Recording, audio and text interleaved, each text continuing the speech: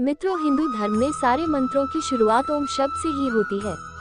यह एक शब्द नहीं बल्कि ये अपने आप में ही एक मंत्र है और जिसे प्रतिदिन जपने से सकारात्मक ऊर्जा तो आती ही है और मन भी शांत रहता है। परंतु क्या आप ये जानते हैं कि इसके उच्चारण से धनवान व्यक्ति भी बन सकते हैं?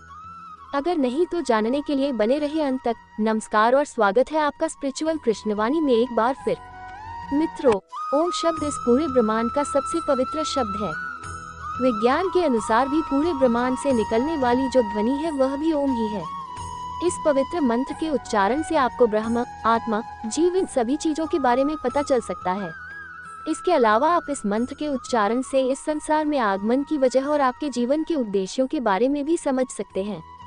यह एक ऐसा मंत्र है जो आपको धनवान व्यक्ति भी बना सकता है। ओम सनातन धर्म की सबसे पवित्र ध्वनि है और ये एक ऐसा शब्द है जो अपने अंदर अनगिनत रहस्यों को समेटे हुए है। ओम की ऊर्जा से इस ब्रह्मांड का निर्माण हुआ। बता दें कि ऑक्सफोर्ड विश्वविद्यालय के रिटायर्ड डॉक्टर पीटरसन ओम मंत्र पर गहन अध्ययन कर रहे हैं। हमारे धर्मशास्त्रों के मुताबिक ओम ब्रह्मांड की एकमात्र ऐसी ऊर्जा है जिससे इस संसार का निर्माण हुआ। और जब वैज्ञानिकों ने भी एक शोध किया कि ओम की ध्वनि से पास में रखे पानी पर क्या प्रभाव पड़ता है। ओम की ध्वनि से पानी में हर बार एक ही प्रकार की आकृति बनी और मित्रों, ये आकृति थी हिंदू धर्म में पाए जाने वाले श्री यंत्र की। इसके बाद जब उस पात्र में रखे पानी के लिए अन्य ध्वनियों को बजाया गया तो उन ध्वनियों में ऐसी कोई भी आकृति नहीं बनी। सारे शोधकर्ता ये सब देखकर दंग रह गए। इसके बाद उन्होंने ये माना कि ओम की ध्वनि अद्भुत है और बहुमूल्य ज्ञान का खजाना भी। एक व्यक्ति की कहानी जिसे पता चला कि एक ऐसा गुप्त मंत्र है जिसके माध्यम से धनवान जो व्यक्ति बना जा सकता है। एक पौराणिक कथा के अनुसार प्राचीन काल में एक व्यक्ति रहा करता था जिसे एक दिन पता चला कि एक ऐसा मंत्र है जो धनवान बना देता है। फिर वो सन्यासी उस गुप्त मंत्र की तलाश में निकल गया और कुछ समय बाद एक बड़े आश्रम में जा पहुंचा।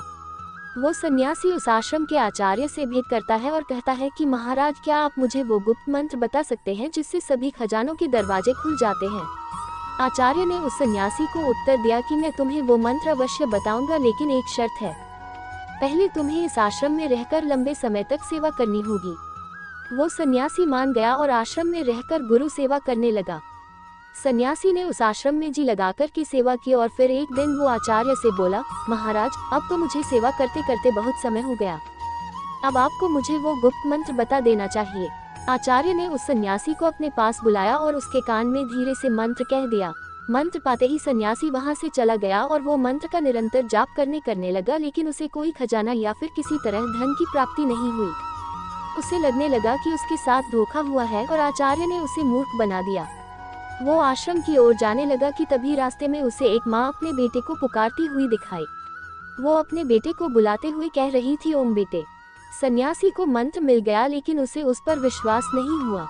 सन्यासी आगे चला तो उसे कुछ ब्राह्मण दिखे जो हरिओम हरिओम मंत्र का जाप कर रहे थे। रास्ते पर वो थोड़ा और आगे बढ़ा तो उसे कुछ विद्यार्थी ओम शांति का उच्चारण करते हुए दिखाई दिए। इन तीन घटनाओं को देख सन्यासी को पूरा यकीन हो गया कि आचार्य ने उसे बेवकूफ बनाया है। उसने सोचा कि ये मंत्र तो सभी को पता है, फिर ये गुप्त मंत्र कैसे हो सकता है। वो गुस्से में आचार्य के पास पहुंचा और बोला, गुरुवर, आपने मेरे साथ छल किया है। आपने मुझे एक ऐसा मंत्र बताया जो हर किसी को पता है, फिर भला ये गुप्त मंत्र कैसे हो सकता है।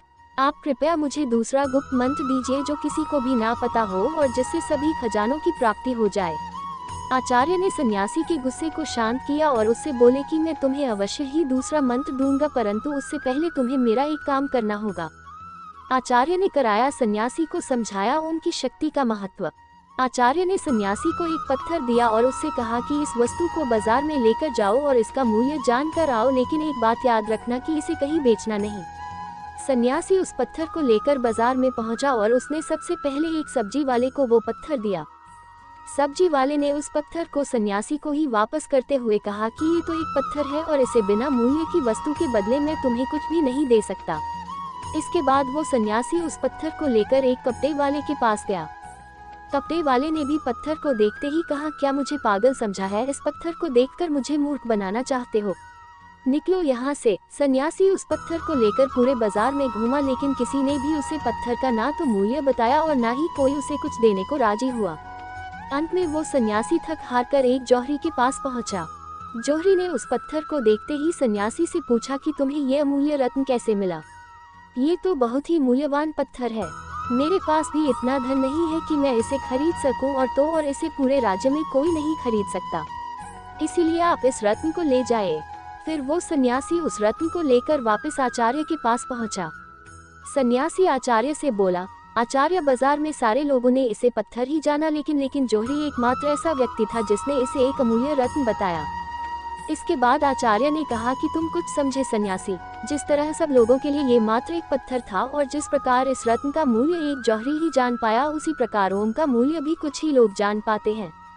इसलिए सन्यासी, ध्यान से सुनो, मैं तुम्हें ओम के रहस्य के बारे में बताता हूँ। आचार्य ने सन्यासी को ओम की शक्ति का महत्व बताया और इस बार सन्यासी को आचार्य की बातों पर विश्वास हो गया। इसके बाद सन्यासी ने उस मंत्र का मन लगाकर जाप किया और उसे उसका मनचाहा फल प्राप्त हुआ। तो दोस्तों, कैसी लगी आपको ये कहानी? अच्छी लगी हो तो हमें अवश्य बताएं कमेंट करके, और चैनल को लाइक, शेयर, सब्सक्राइब करें। और अंत तक बने रहने के लिए आपका शुक्रिया।